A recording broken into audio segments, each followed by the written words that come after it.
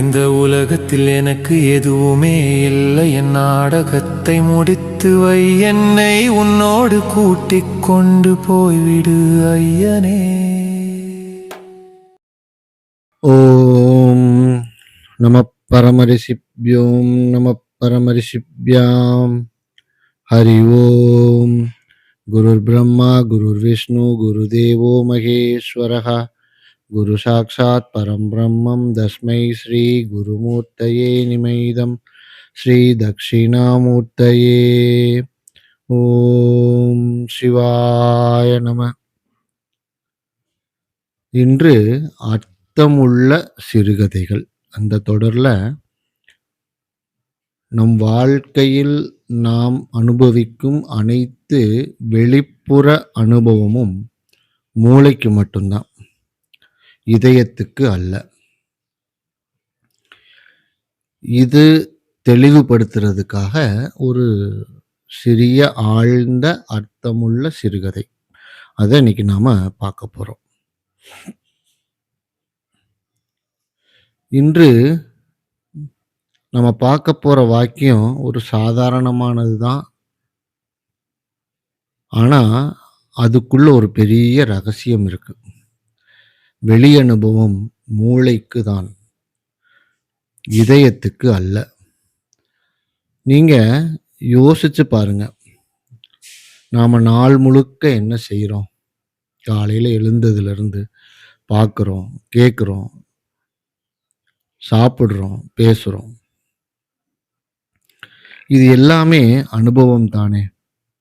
ஆனா இந்த அனுபவம் யாருக்கு நடக்குது? உடலுக்கா, மனதுக்கா, இல்ல இன்னொரு ஆழமான ஒன்றுக்கா? இப்போ இந்த கருத்தை ஒரு குரு சிஷ்யன் உரையாடலாக நம்ம பார்த்தோம்னா இன்னும் கொஞ்சம் நமக்கு ஒரு ஆழ்ந்த ஒரு அனுபவம் நமக்கு ஏற்படும்.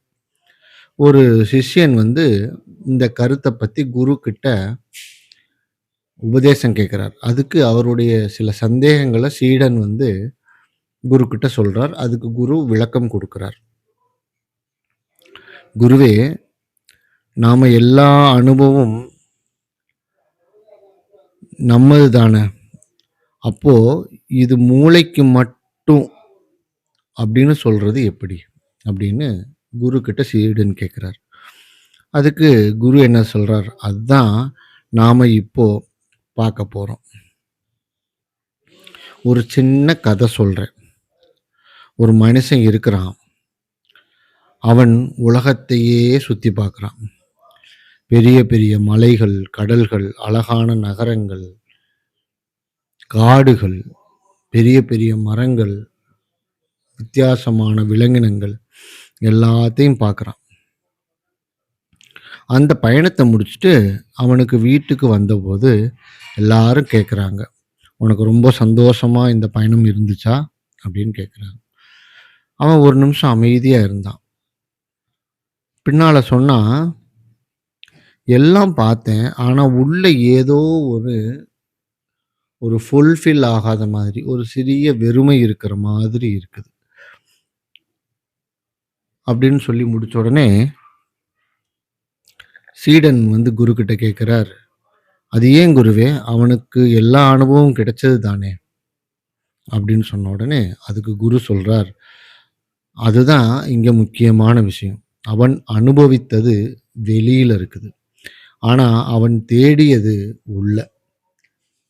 அந்த வெறுமை என்பது உள்ள இருந்து அவனுக்கு உணர்வு பூர்வமா அது தெரிய ஆரம்பிக்குது. வெளி அனுபவம் என்ன செய்கிறது? அது மூளைக்கு தகவலை தருது. காட்சிகள், சத்தங்கள், உணர்வுகள். ஆனா இதயம் என்ன தேடுது? அதனுடைய அர்த்தம், அதனுடைய இணைப்பு, அதனுடைய அமைதி.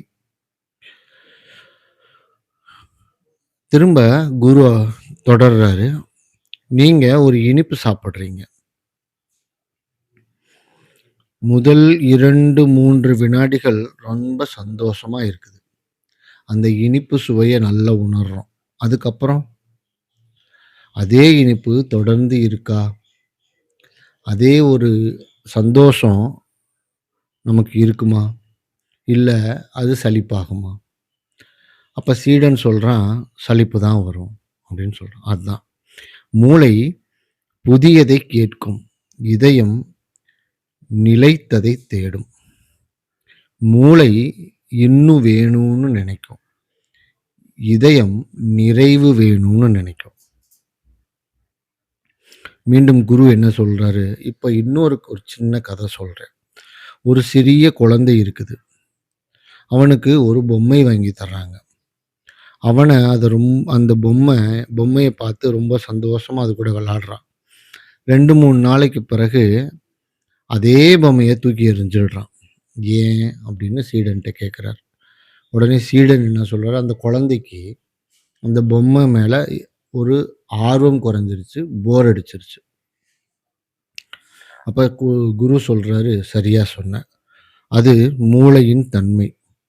அது ஒரு நாவல்ட்டியை தேடிக்கிட்டே இருக்கும். ஆனா இதயம் எப்படின்னா, ஒரு தாய் தனது குழந்தையை எத்தனை வருடம் பார்த்தாலும் போர் அடிக்காது.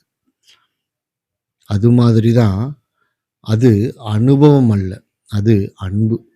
அது மாதிரி தான் இதயம் ஒரு நிலையானதைத்தான் எப்பவும் விரும்பும்." மீண்டும் குரு என்ன சொல்றாரு, "அன்பு என்பது மூளையின் செயல் இல்லை. அது இதயத்தின் இயல்பு."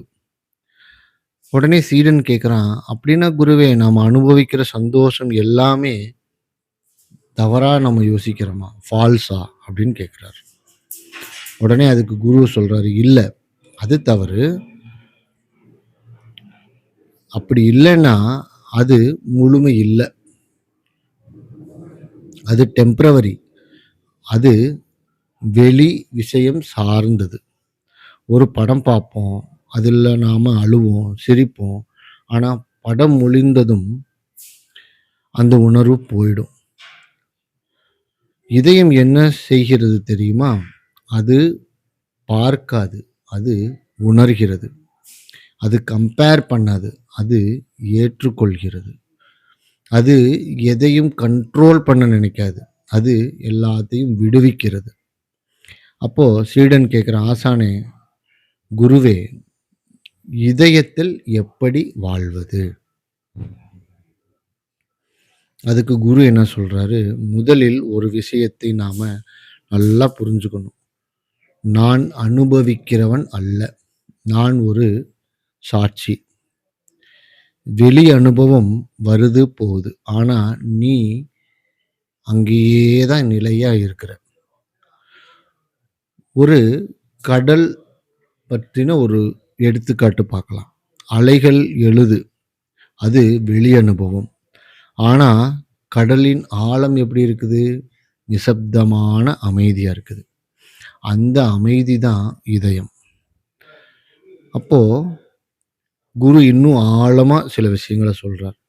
"நீ அலைகளை தேடினால் எப்போதும் ரெஸ்ட்லெஸ்ஸா தான் ஃபீல் பண்ணுவ. நீ ஆழத்தை தொட்டால் நிலையான அமைதியை உணர்வாய்" அப்படின்னு சொல்றாரு.